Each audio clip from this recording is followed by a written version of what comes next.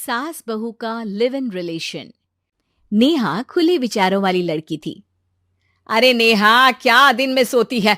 ससुराल में ऐसा नहीं चलेगा, वहां तो काम करना पड़ेगा। काम जितना काम होगा कर लूंगी माँ, पर अगर कोई ये कहे कि सारा आराम छोड़कर सिर्फ काम ही करना है तो ना भी ना, मुझे नहीं करनी शादी।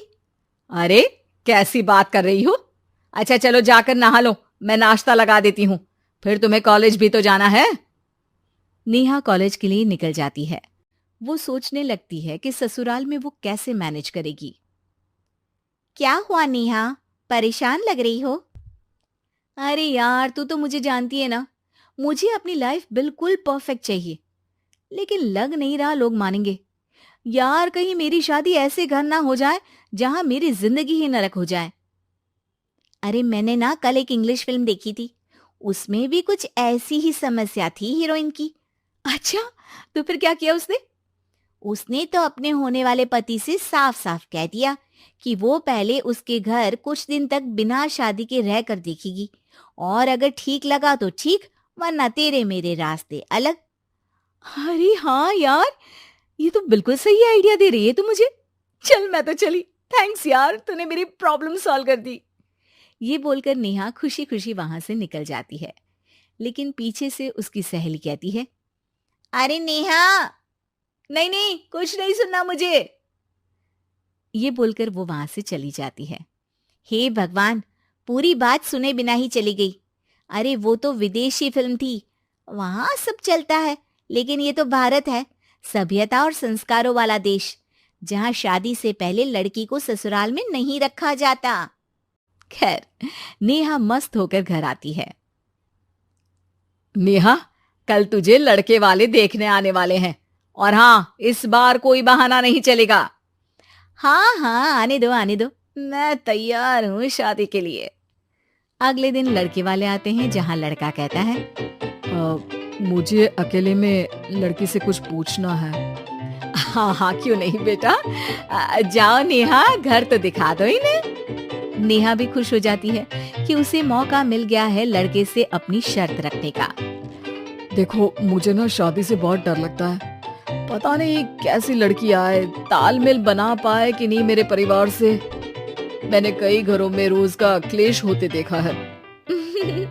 तुमने तो मेरे दिल की बात कर दी। मैं भी यही सोच रही थी कि भाई सास तो अच्छी होनी चाहिए, पति सपोर्ट करे ना करे, रहना तो पूरे दिन सास के साथ है। लेकिन मेरे पास ना इसके लिए एक बहुत अच्छा आइडिया है।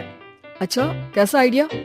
क्यों ना शादी के पहले मैं कुछ दिनों तक तुम्हारे घर आकर रह लूं, तुम लोग मुझे समझ लेना, मैं तुम लोगों को समझ लूंगी, ठीक लगा तो शादी, वरना टाटा बाय बाय। क्यों? लड़के को नेहा की बात में वो घर के सभी लोगों के सामने नेहा की बात रखता है। अरे पागल हो गई है क्या? ये कैसी शर्त है? अरे शादी से पहले मैं क्यों तुझे किसी और के घर भेजूंगी रहने? अरे लड़की के ख्याल तो 20 साल आगे के हैं, इतनी भी खुले विचारों वाली लड़की नहीं चाहिए हमें। अरे माँ, क्या बुरा और गलत बोल रही है ये? रहना तो हम दोनों का है ना, कल को कोई परेशानी आई तो तुम सब तो ये बोलकर निकल जाओगे कि जिंदगी तुम लोगों को ही निभानी है, तुम लोगों को जो करना है करो। तब क्या करूँगा बताओ? सबके समझाने पर वो लोग मान जाते हैं। वाह, मैं 2-3 दिनों में पैकिंग कर लूंगी, तो आकर मुझे ले जाना। और नेहा पहुंच जाती है विशाल के। ये रहा तुम्हारा कमरा, इस घर में तुम एज अ गेस्ट रहो, लेकिन माँ तुम्हें बहू की तरह ही ट्रीट करेंगी, और तुम भी उन्हें सास की तरह ही रखना। बस फिर क्या था, शुरू हो जाता है लिव इन सास बहू का ड्रामा। अरे चाय तो बना दे बहू। जी सासू माँ, अभी लाई। नेहा चाय लेकर आती है कि बस चाय लेकर आई हो, इसके साथ पकोड़े भी ले आती। लेकिन आपने तो बताया ही नहीं कि आपको चाय के साथ पकोड़े भी चाहिए। हाँ हाँ, अब तो पता चल गया ना। रात को खाना खाने के बाद नेहा किचन में खटर पटर कर रही होती है। क्या हो रहा है वहाँ नेहा? माँ जी, मैं ना रात को अदरक वाली चाय पीकर सोती हूँ, ये मेरी आदत है। अच्छा, तो जरा मेरे लिए भी बना देना।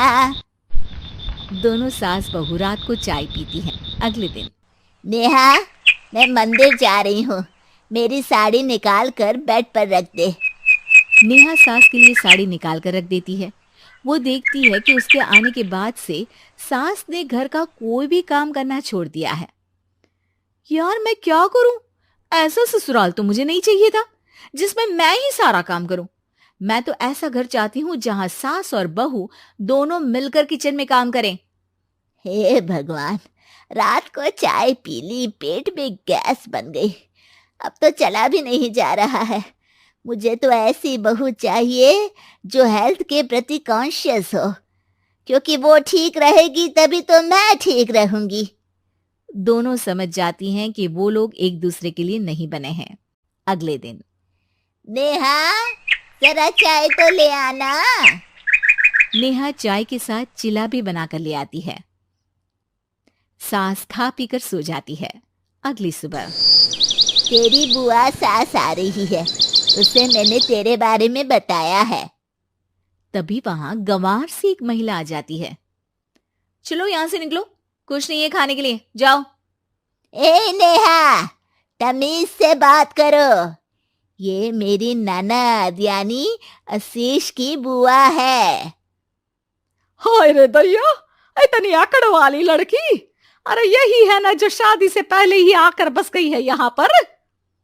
बस नहीं गई हूं, बसना है या नहीं ये डिसाइड करने आई थी, लेकिन इन लोगों के रिश्तेदार इतने गंवार हैं तो मैं तो ना कर रही इस घर में शादी। अरे भाभी, और क्या कमी थी हमारे आशीष में जो आपने ऐसी लड़की की शर्तों को मान लिया? अरे वो तो आशीष के कहने पर मैं झुक गई, वरना ऐसी लड़की को तो मैं घर में घुसने भी ना दूं। ए हेलो, ऐसी लड़की कैसी लड़की? हाँ, बिना समझे बुझे शादी कर लूं? अब तो समझ गई ना कि हम लोग गांव के हैं। भाभी को खाट पर सोना और रिश्तेदारों का गांव से आना जाना तो लगा ही रहना है इस घर में। हाँ हाँ, मैं तो किसी मॉडर्न घर में शादी करूंगी। ये बोलकर नेहा वहां से चली जाती है। अपने घर में आकर नेहा कहती है, ना मां ना, लिव इन में रहकर देख लिया, ये गांव के लोगों का कोई भरोसा नहीं है।